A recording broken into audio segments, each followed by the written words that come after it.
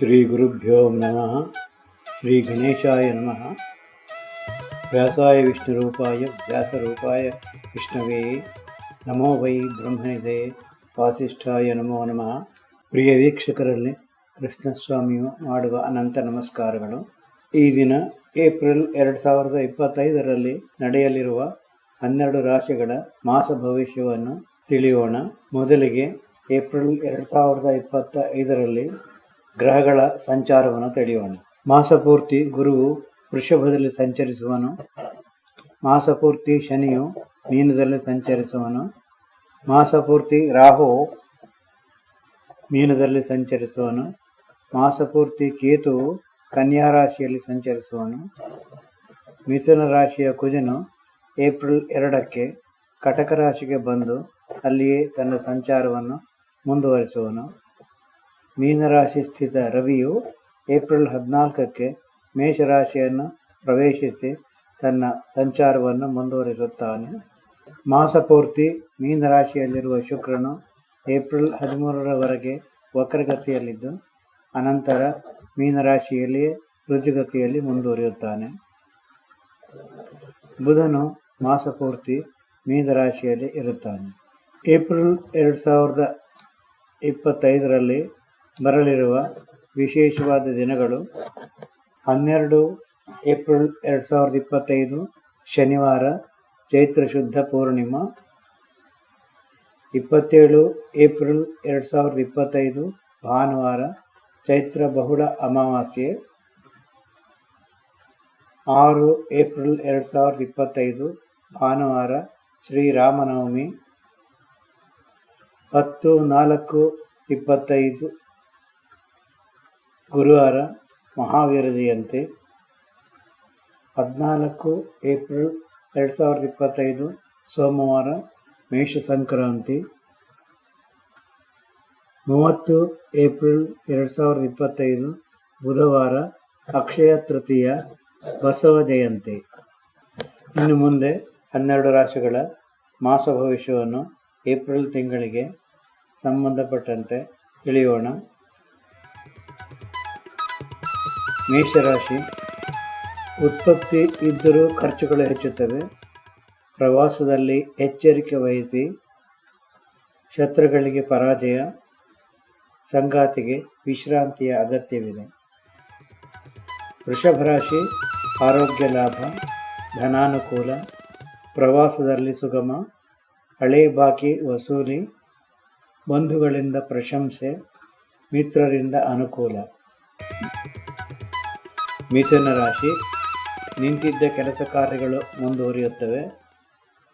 ದೊಡ್ಡ ಖರ್ಚಿಗೆ ದಾರಿ ಇದೆ.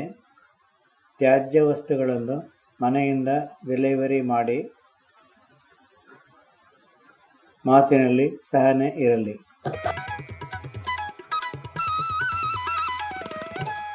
ಕಟಕ ರಾಶಿ: ಪ್ರಯಾಣಗಳಿಂದ ಸಾಕಷ್ಟು ಬಳಲಿಕೆ.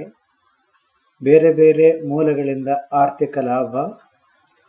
ಸಾಲ ಮರುಪಾವತಿ. ಆರೋಗ್ಯ ವಿಷಯಗಳಲ್ಲಿ ಎಚ್ಚರಿಕೆ ವಹಿಸಬೇಕು.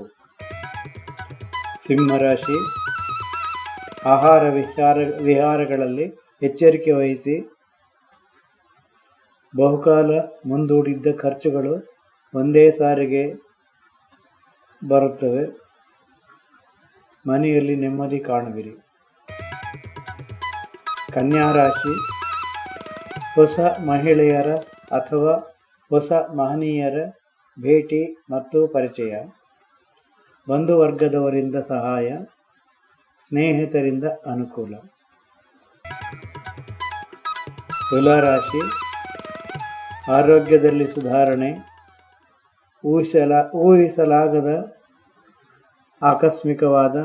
ಊಹಿಸಲಾಗದ ಖರ್ಚುಗಳು ಬರುತ್ತವೆ. ಛಲದಿಂದ ಕಾರ್ಯ ಸಾಧನೆ.